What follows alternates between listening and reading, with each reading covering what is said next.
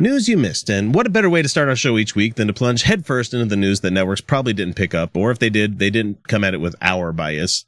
The first one that we have up here is I'm sure many people have heard this already, but, and fuck, who hasn't heard about it? Because we have a 24-hour news cycle and people just love to talk about this shit. There was a bombing in Manhattan. Yeah. Yay! And a bunch of people injured scores of people, and they found additional explosives, and it's also tied to another device that went off like the day previous during a 5K. Thanks science, no one died.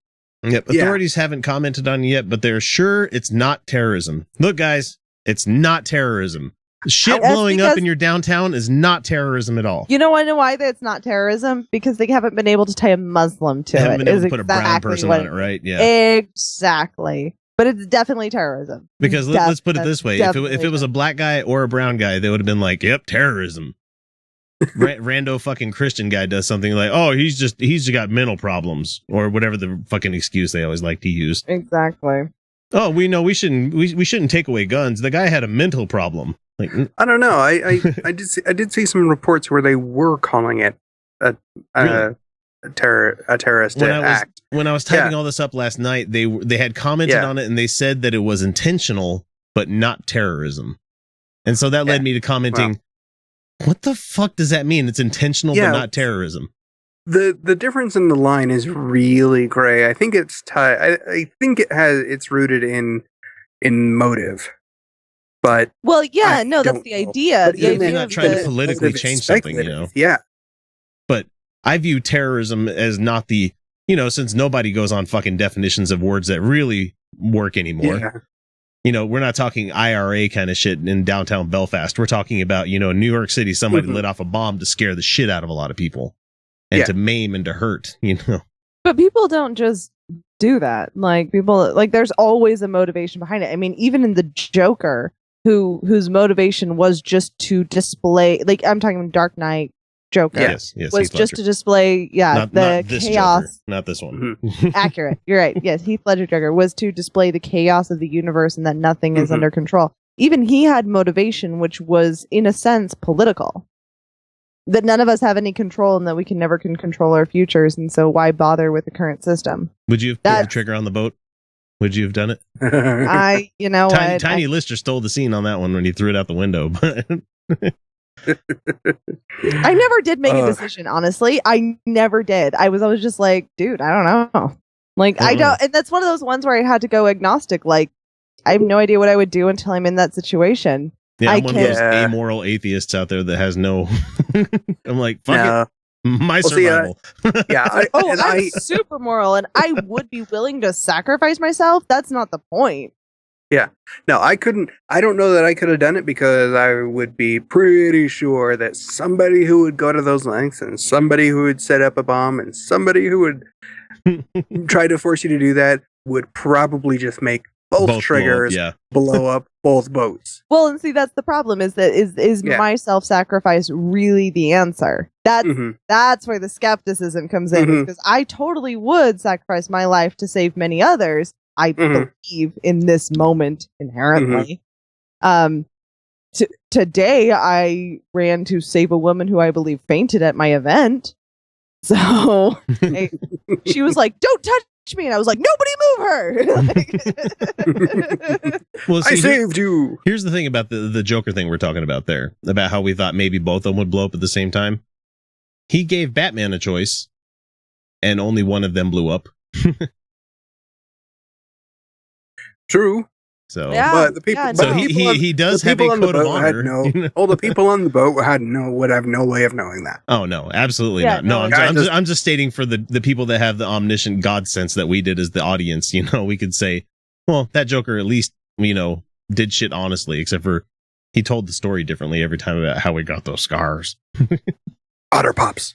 No shit. But my point simply is like,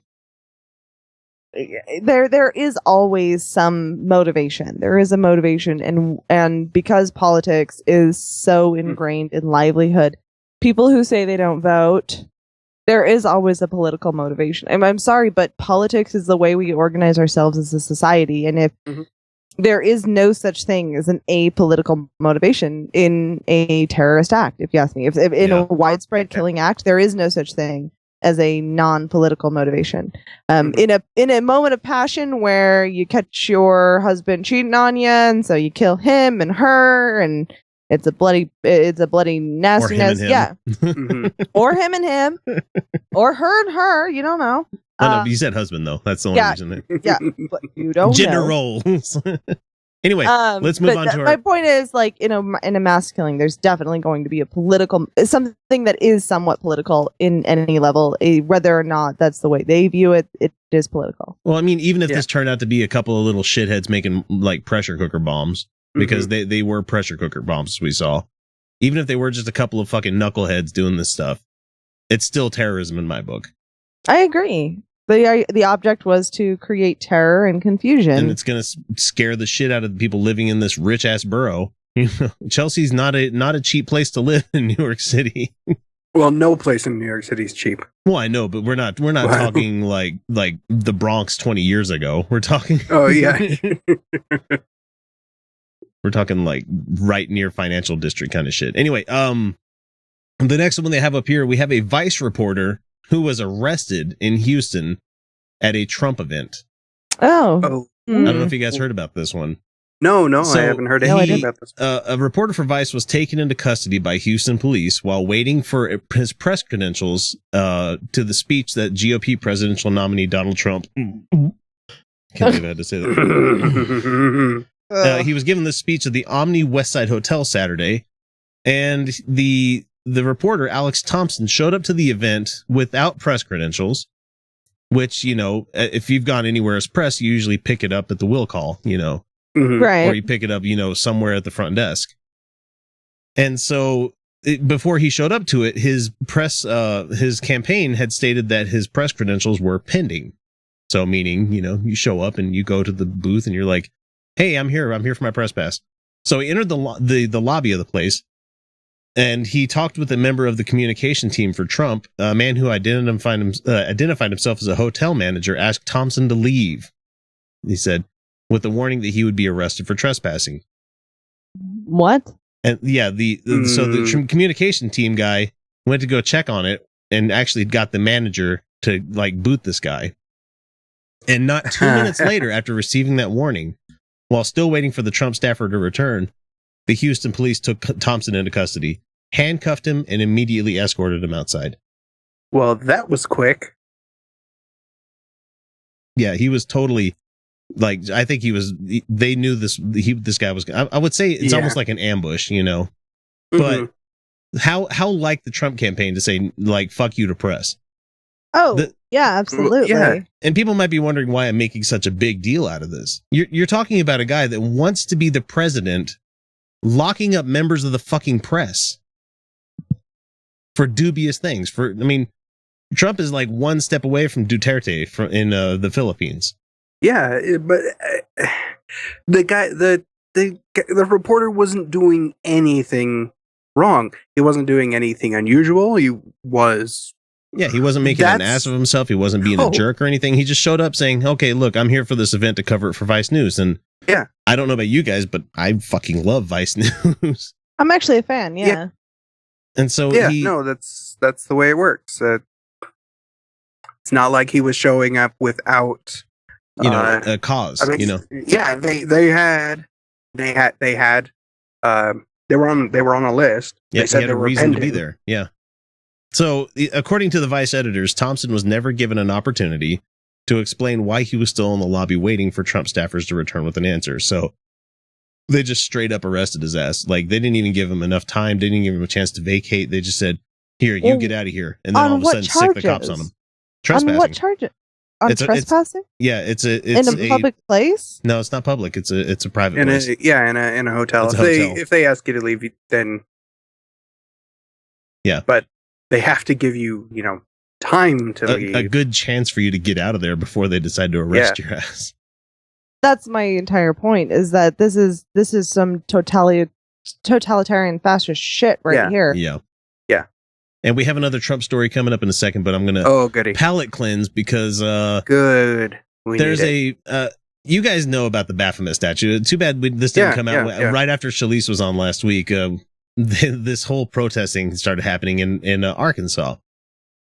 So right now they're planning on putting the Baphomet statue up on the grounds of the state capitol lawn, because they have the 10 Commandments there, right? And they've been fighting to have those removed, and the people there, of course, digging their fucking heels in. The Satanists, their actual goal is to get them removed, but barring that, the Baphomet goes up.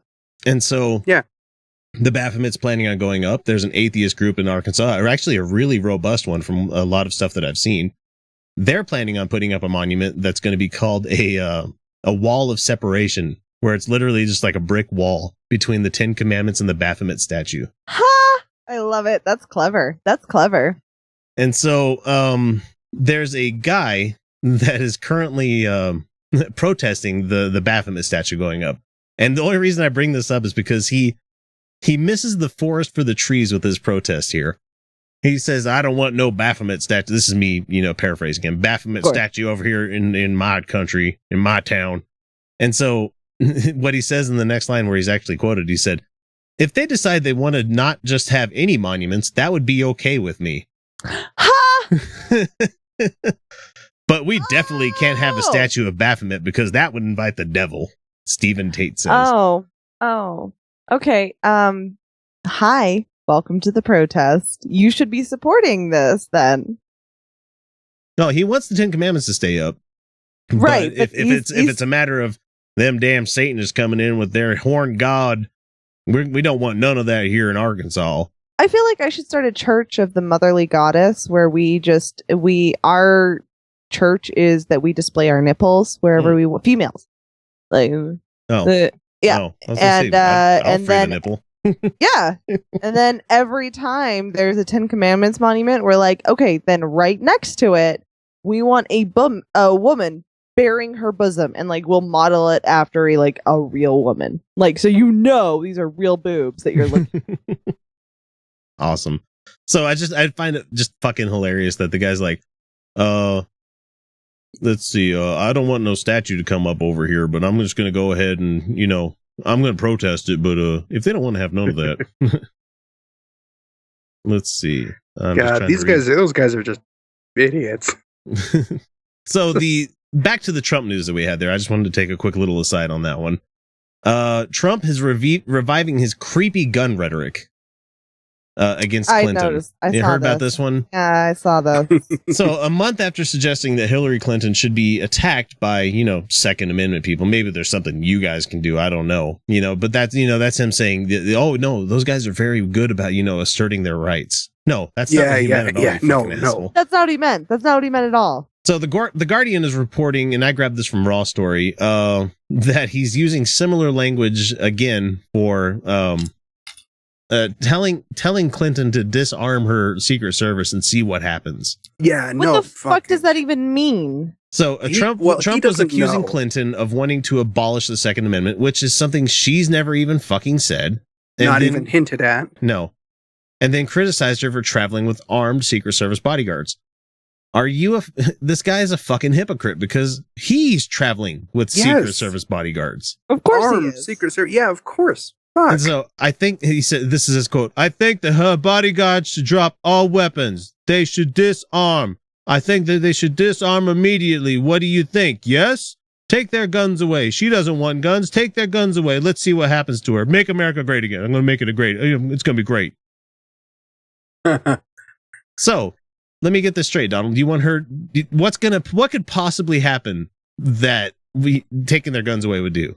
Okay, first of all, the arms that her bodyguards are carrying are not anything that anyone is trying to disarm. These guys are highly trained professionals who know how to use their fucking weapons. Yeah. And I'll tell you what, there is, as much as there are police officers using their weapons against civilians in absolutely unacceptable ways where they're never charged, you don't find those stories about the Secret Service because these fuckers are vetted. Yes. Yeah. No. The Secret Service. Yeah. Yeah, they know what they're doing with their weapons. Yeah, no, I had a friend of the family that was Secret Service, and let me tell you what, they don't pay them enough to live in fucking DC. Let me tell you that right now. Not shocked. No.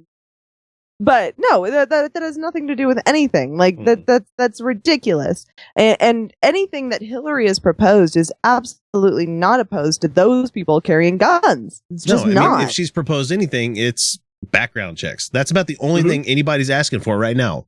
Yeah. But they see that as the nose under the tent. You know, the camel's nose coming underneath the tent. Absolutely but no, not the Trump. Case. Yeah. No. Trump wants. They don't even let Trump people carry guns into his rallies, for fuck's sake.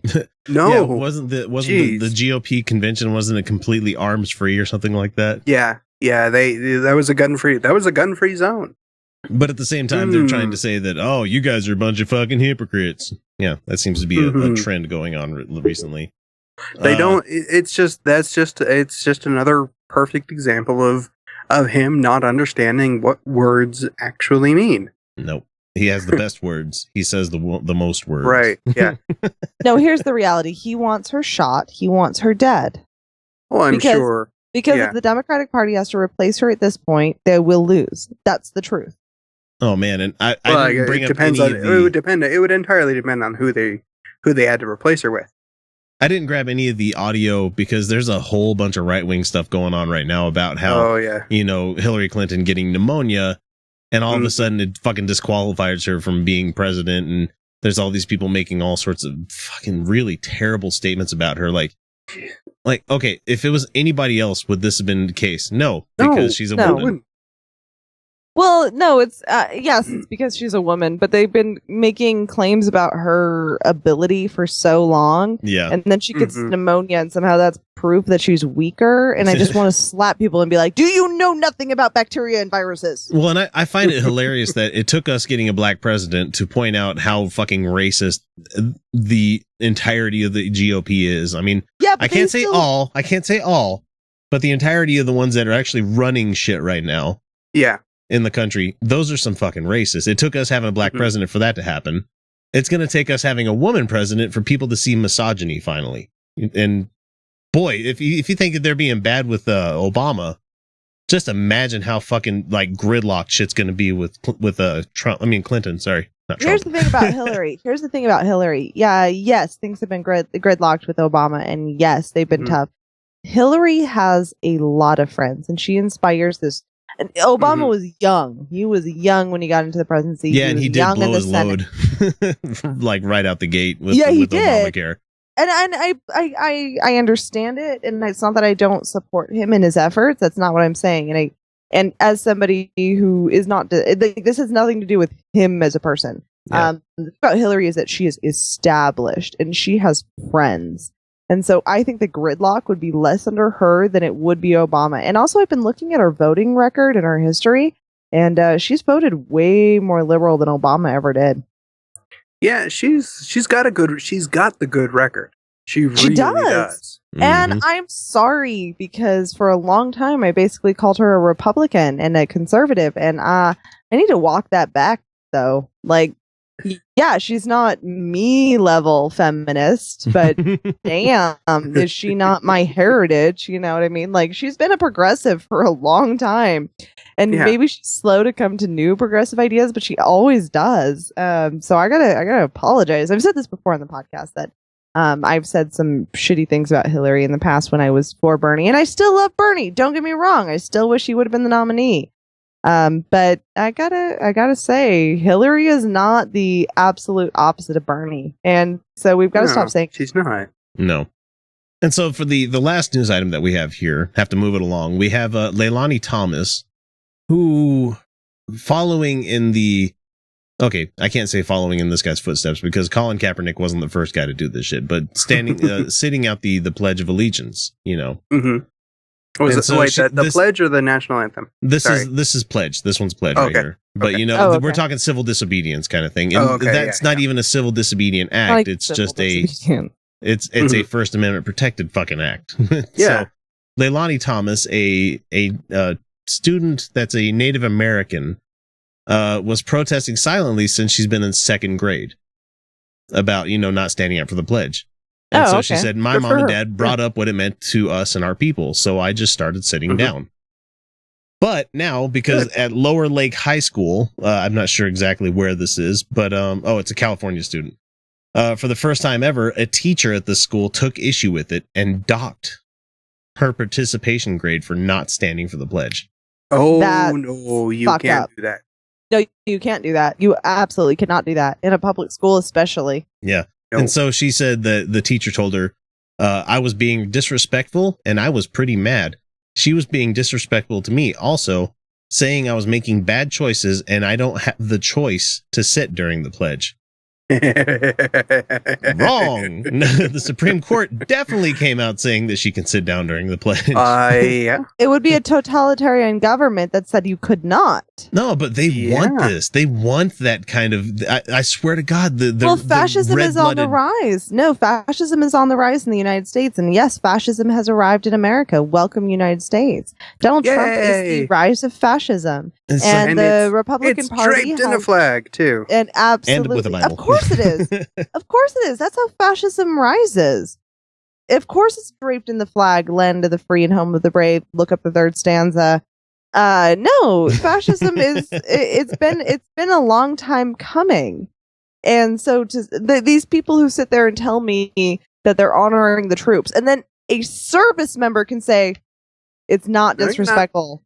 It's not disrespectful. Yeah, they're not going to listen to him. They're not going to listen to him. No, you don't know what you're talking about. Let me mansplain shit for you. And they do. These women will mansplain shit to service members and be like, I'm allowed to have my opinion. I got mansplained at a grocery store the other day by this checker. I was like, what the fuck? What for? Well, because okay, I bought a 12-pack of sodas because I have a fridge down here and it's nice to have a soda every once in a while, especially work mixes really good with shitty bourbon. So yeah. And so I was like picking up the stuff and she's like, oh no, you can't buy that one at this price because it's this much. I'm like, no, it says 3 for something over there. And she's like, no, actually it says this. And like, I even got the actually. I was like, oh shit, you're putting me in my place. Oh man. And let me explain. You can be mansplained by a lady. No. It's a concept of. It's a concept of someone having power, trying to have power over you. It's right, like exactly. They know better than you do, and I'm like, no, the price says it's this much, but that wasn't the main thing they said, because I was bringing it up and I don't know how I got into this fucking conversation. Weird as shit. I'm dropping my kids off at school, get done doing that, and I'm going to the grocery store to pick up some baby carrots and some salad and shit like that. And then I'm going to pick up 12-pack. It looks like it's a good price. And so when I'm checking out and I get done with all the bullshit she rolled me through with that, I'm like, yeah, I would think with Dr. Pepper it wouldn't be a big deal because they're the what is it? They're the agnostic of the soda families. They don't give a shit about whether they're served next to Coke or next to Pepsi. Making a joke. And she's like, well, actually it does matter. I'm like, it matters what city that it's bottled in. And I'm like, lady, I couldn't give 2 fucks. I'm just buying some beverage. That's all I want. Seriously. That's like me going and buying a 12-pack of Pabst and someone be like, oh, well, actually, it's yeah, no, I had a men's rights activist recently go, you woman-splained this to me. I'm like, you don't understand the word you're using. You don't know the term. Quit using terms wrong. Yeah. Because because you switch it out doesn't change anything. Because me explaining the definitions of feminism, which is highly misunderstood, is not woman's. No, it's definitely not. Me going, okay, feminism is absolutely on the side of men, and feminism actually says that men are harmed by patriarchy. Oh, what he called it, women's playing, it was like there's a difference between, because he kept using the words interchangeably, misogyny and patriarchy, which are completely different concepts, although largely tied. Misogyny is the hatred of women, and there is casual misogyny, just like there is casual racism. Yeah, but it's still racism, and so that's why we call it out whenever it happens. There's casual misogyny, where like a woman says, "I'm going to take away your man card" for a guy buying a frou-frou drink. That's misogyny. That's casual misogyny. It is. Yeah, exactly. So I was trying to explain to him there's a difference between misogyny and patriarchy. Patriarchy is a cultural idea where men are superior to women, and this is easy to find, where if you tell somebody define your picture of a leader, and they'll say a man with dark hair and dark eyes, but you'll notice they don't say dark skin. And and he stands tall and he speaks with a deep voice. That's patriarchy. No, but according to all my YouTube people that I watch, we're just a bunch of whiny left regressive. Oh yeah, regressive that's right. Left, yeah, spoiled, rotten baby children people. Like, yeah, no, yeah, we haven't. no. We So I haven't was had accused- any difficulties at all. No, yeah, no, I'm kidding. So I was accused of womansplaining to him the difference between misogyny and patriarchy, but he did keep using the terms interchangeably. He was like, people believing men, something like, people believing men are leaders is misogyny, which, yes, but no. Like, that's no, not really. Not quite. Oh no. no! It No. was women. It was women being favored in the courts is misogyny. No, but it's for family courts, specifically for child custody. He was like, so that's misogyny. I said, no, but it's No. patriarchy. Yeah, it's patriarchy, which is misogyny, sexist. Yeah. Yeah, and they confuse. sexist. Yeah, they confuse sexism and misogyny all the time. All the time. Yes. Yeah. No, there's definitely sexism. It's yeah, Sexism is discrimination against a person based on the issue of sex. This does not Yeah. apply to male versus female, but this can also apply to transgender humans, and right. non-binary people, and all sorts. Sexism is a broad Mhm. spectrum. Misogyny is specifically the hatred of women, which we do have a widespread cultural problem.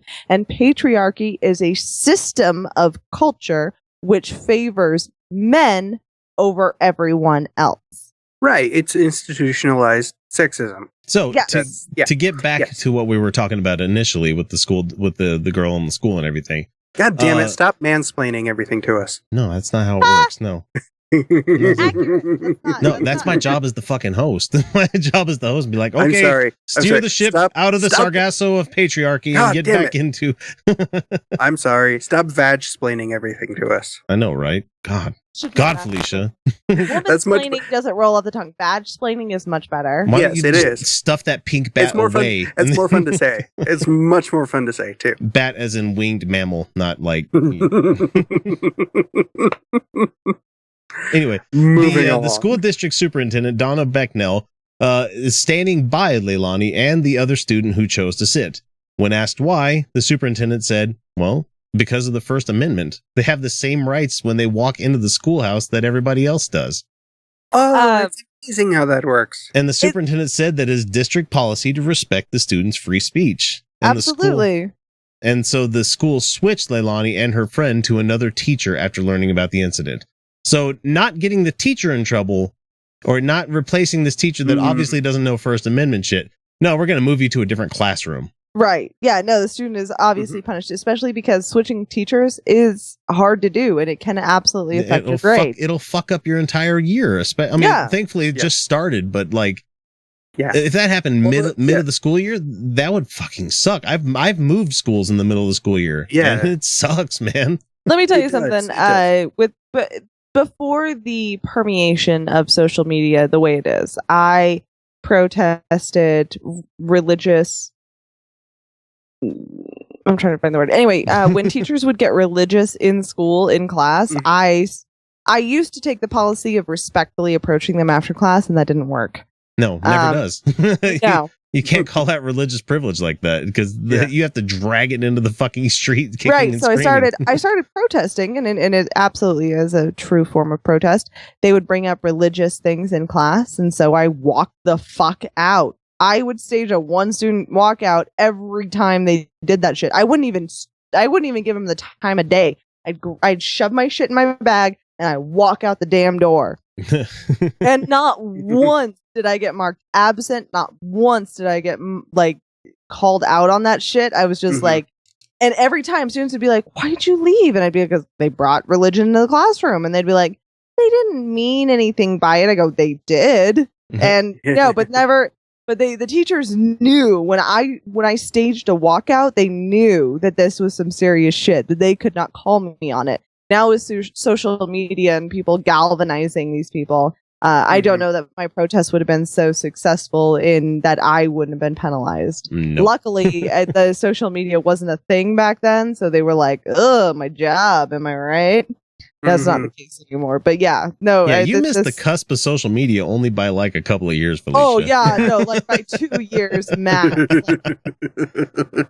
Like I have to giggle about it. That's all. It's not that social media didn't exist; it just hadn't permeated the culture. No, you had MySpace then, but it wasn't quite what it is now. Yeah. When me and X were in high school, social media would have taken a lot longer. Oh man! No, god damn it! I have to post this. Give me a minute. Let me go post this on my Angel Fire. I've been. Give me a second. Let me dial up.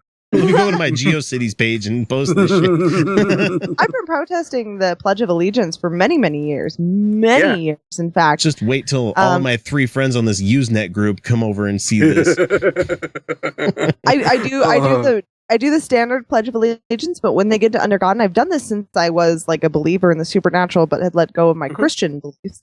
But they get to the Under God, and I'd been convinced that the Under God should no longer be in the pledge. So I would remove my hand from my heart, place it behind my back, almost in a military stance, and then continue after. So it'd be like, one nation, indivisible. Yeah, like I seriously would like not participate in that part of the speech, and not one teacher called my shit out on it. Not one. I haven't heard if my daughter's ran into any kind of trouble yet, but she doesn't do the Under God part either. And I'm like, yay for you. The only time that I have not removed my hand from my heart for that is on the campaign when I was acting as a surrogate, because I wasn't speaking as myself. I was representing somebody other than myself, and I don't know their position on that. So I decided that I would not do that, but I still did not utter the words. Couldn't do it. Could not bring myself to say Under God. Just so many years I have not said it. So I'm not going to start now. It's totally inappropriate. It doesn't belong there. Nope. Absolutely. And even the pastor that wrote it said, nope, that shouldn't be there. Yeah.